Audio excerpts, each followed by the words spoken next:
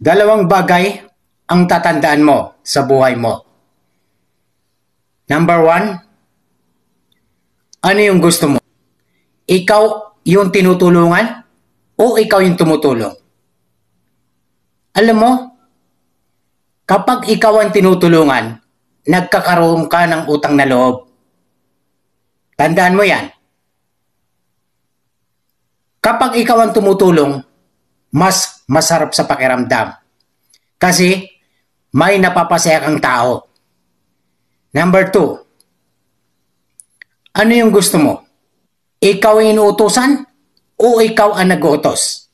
Siyempre, lahat naman tayo ang kagustuhan natin. Tayo yung nag-uutos. Tayo yung amo. Kapag ikaw yung inuutosan, dapat mong sundin kung anong utos sa'yo. Dahil magagalit yung amo mo. So huwag mong ugaliin na ikaw lagi ang inuutosan. Pangarapin mo maging amo ka.